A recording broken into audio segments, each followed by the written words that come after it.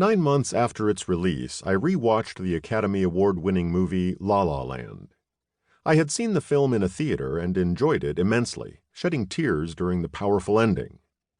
My second viewing was at home by myself, and I cried at the ending again, even though I knew what would happen. But why would the second showing still be so powerful? The story is rich in emotional nuance, and when watching it again, I was surprised by parts of the movie I had missed during the first showing when I was focused on the storyline. I enjoyed the movie in a different way by absorbing the story's subtleties. Extraordinary experiences generate powerful emotional responses. This is why we remember them so well. But it is also why they are so hard to describe. How good was La La Land for me? I really liked the movie, maybe a 9 or even a 10 out of 10. My daughter, who watched La La Land with me in the theater, gave it an 8 out of 10. Here's the problem. What does an 8 or 9 mean? What are these values based on or compared to? We could average these liking scores across a bunch of people, and then maybe have some idea about the quality of La La Land. But without having an objective anchor for liking, averaging people's responses has little meaning. We know this because liking ratings have almost no predictive value for movie ticket sales or Academy Awards or other performance measures.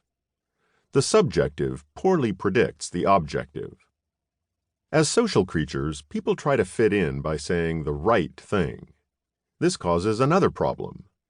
If a market researcher asks, "Wasn't that movie great? How would you rate it from 1 to 10?" People will report higher liking values. We are primed by the statement that the movie was great, and therefore rate the experience as better than we might do so otherwise. These priming effects can be very subtle. Even a questioner's smile can make a difference. As I discuss in Chapter 2, advertisers use priming all the time to influence behavior. A clever experiment in 1974 demonstrated the fragility of self-reported data.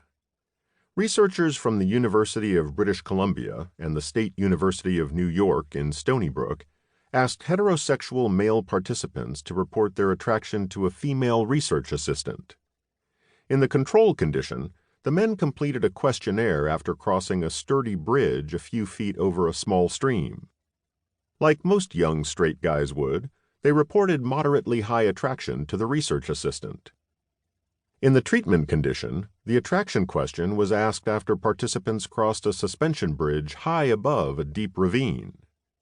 Walking across a soaring bridge increases physiologic arousal, resulting in a pounding heart and sweaty palms. When participants in this condition were asked to report their attraction to the research assistant, they said they were very interested in dating her. Why? There is bidirectional feedback from body to brain and back again. We rationalize our physiologic states to reflect a presumed emotional state. In the bridge experiment, the participants' brains unconsciously processed increased arousal, and the conscious part of their brains rationalized a reason for this: strong attraction to the research assistant.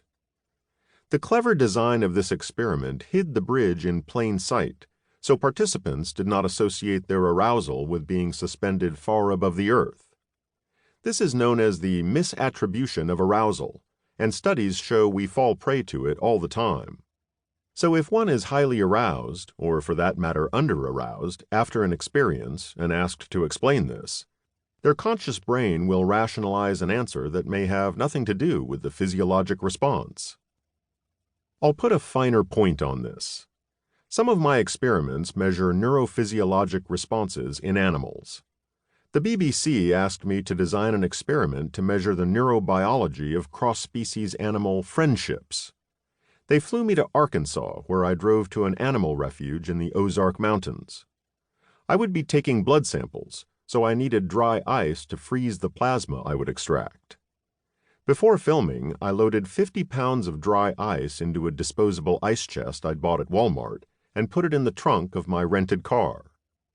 Many of my experiments involve blood draws, so driving with dry ice is something I do regularly.